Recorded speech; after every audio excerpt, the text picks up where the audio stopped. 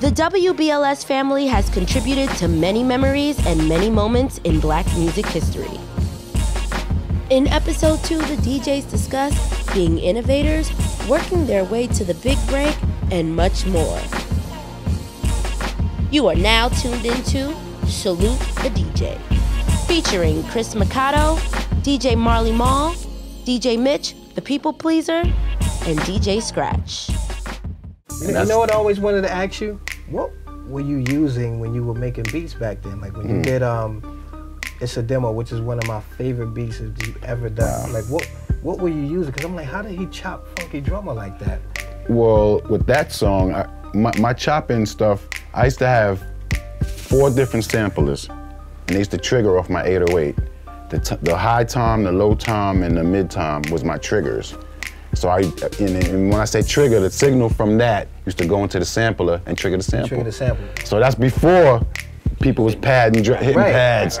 So I had to, on the 808, I had to time the samples by watching the light go by. Right. So that's kind of like trial and error at first, but once you get it, it's hot. That's how I was like, man, like, cause they didn't have that technology back then. Yeah. Like, how is he doing that? Yeah. And then just the way you introduced the sampling into hip hop, and you introduced the 808 into hip hop, but you didn't put the 808 on the one like everybody else would do. Right. Like it'd be like Nobody Beats the Biz. It'd be like boom, boom. Right. I'm like, that's crazy. Cause your style was different, and you just created a style. Period. No doubt. And it all came from me making the equipment do what I needed it to do, because it wasn't even made for that. Roland didn't make that 808 for me to make triggers off of it. It was like a scientist. Oh, it triggers? Okay, I can use that sound to trigger that to go. Whoa, I could put it in there. It could be a snare. Yeah, it was like a snare. So then the following year, you got EMU coming out with an SP1200. The SP12. The SP12, there you go, and SP12, and you could touch the pads and do the samples. But I was, it's like, oh wow, if that's what Marley was using? So everybody ran and bought that, and I wasn't using that. It was something totally different. I took, my first sampler actually was a guitar. It was a guitar pedal. Because they have the guitar pedals you could play in and then loop it. Yeah, the Boss one. Yeah, you could play something and loop it, and I'm gonna play something else with it, boom. But there was a trigger on that, and people didn't catch that. So the trigger on that, I ran the trigger from my drum machine into that, and it worked. I was like, oh, that's when everything started coming. I could do this, I could do. Now they didn't make that Korg for that. You get what I'm saying? So that's what I mean about it. So basically, Chris, I'd like to know how you started into your production, because I know when I first came to Hot 97 back in the day, and I saw you, I was like, yo, this is the cat making all of the imaging around here. And I gotta say, when Hot 97 first started, the imaging was crazy, and I know you was, that was you all the way. I appreciate it, man. It was crazy. My come up was a lot different, because I was actually in school majoring in radio and television. And this is back Kiss FM days, 89. And I got a call, and actually for a project, we had to go to a radio station and write a report on the public records. I picked the name out of the hat, it was Kiss FM. I called up Milton McLean Dennis. She said, come on in, did a report. Report was great. I came back to thank her. She said, what are you doing this summer? I said, interning at a recording studio. She said, how'd you like to intern at Kiss? I was like, yeah, sure. And I got hired in June 89. By September 89, I was full-time. And I said, the funny thing is that our former general manager said, you had to work this equipment? I said, yeah. He said, okay, I can't start you out with a lot of money, but you'll be your first gig in radio. I was like, yeah. 28 years later, I guess I made the right decision, But hearing it, I knew what imaging was, from the radio station, but being around like the Jay Dixons and all that, seeing it firsthand, I said, oh, I could do this. I had already started out as a DJ, but was leaning more towards the production aspect. How is this beat created versus me scratching it? How can I make the beat to be scratched? And that gave me the bass, a solid bass. That's why we can speak the same language. But then I kind of go, okay, that goes that way and production goes the other way, Now you interviewed a lot of people for the radio stations. What was the most nerve-wracking one that you ever had? Like, what artist came in that made you like? Oh, so how much time do you have? Well, the weirdest one was Suge Knight. Imagine. Because that was in the middle of the whole East Coast, West Coast thing, and they told me he was coming, and I was like, okay. I'm in my studio. I literally saw an eclipse. Like the window got dark because he's so big. Bright red suit on. I was like, oh. And all of his bodyguards were bigger than him. I was like, oh my God. So he came in, we recorded, and he left. It was just a weird energy. You know, like, it is what it is. We got what we needed. But I've been blessed enough to record Whitney Houston, J-Lo, Quincy Jones, I mean, you name it, Janet Jackson. They've all come through the stations. And so you don't forget that. You know, these are people who change lives, you know, so it's been cool. And the great thing too is like looking at it now, kind of like Scratch was saying, you kind of go, holy, I work with Marley Marl, DJ Scratch, Red Alert, Funkmaster Flash. You start going down the line, you go, I'm all right. I'm all right. These are like all my biggest influences and I work with them. This is a good look.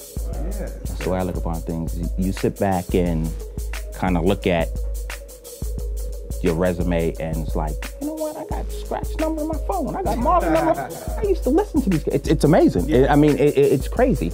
But my thing is like Frankie Crocker, God, like, give me something on him. Well, my Frankie Crocker stories are like this. You gotta know because he was the first person to hire me and Mr. Magic to come to BLS. Another God. He was like, look, we're gonna give that rap a shot, and he put Magic on, and Magic recruited me.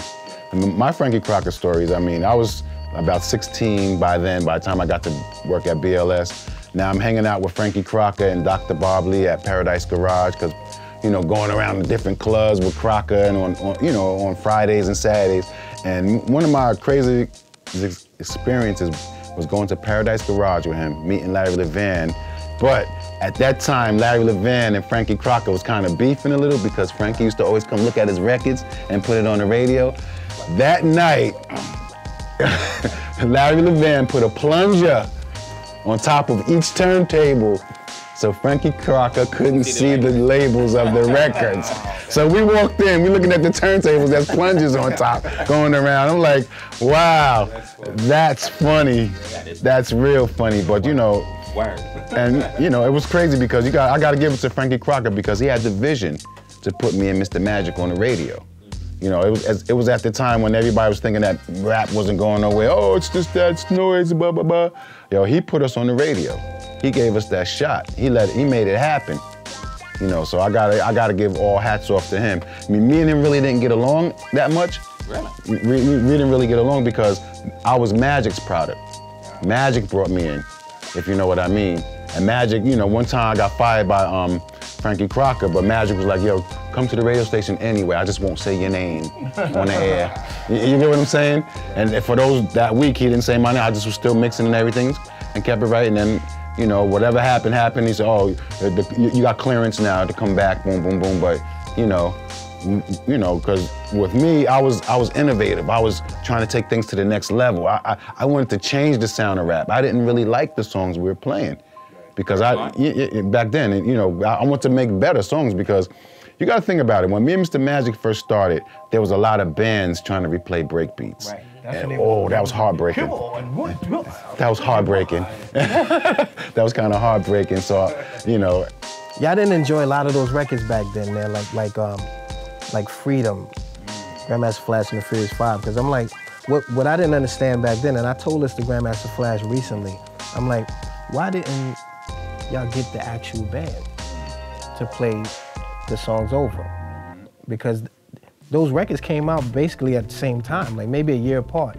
The actual Freedom Get Up and Dance and the rap version. That should have just got the actual band. Or just cut the original record. And Flash is like, Sylvia didn't want him to cut the record. They wanted the band to play it over. And that's where I came in. See, I wanted to bring that element back to this hip hop. Right. I was, you know, when I first heard hip hop, I heard like a tape in high school. Somebody was walking through with Dance to the Drummer's beat and somebody rhyming with echo, scratching. I was like, yo, that made me fall in love with it. But then when the records started coming out, it was so different. So that's why I want to bring that element of break beats echo, you notice most of my earlier records got a lot of echo heavy. I was even doing dub versions because I was trying to be Jamaican. So I was bringing that element back, the echoes, the break beats, and the scratching. There was no scratching on records. Yeah.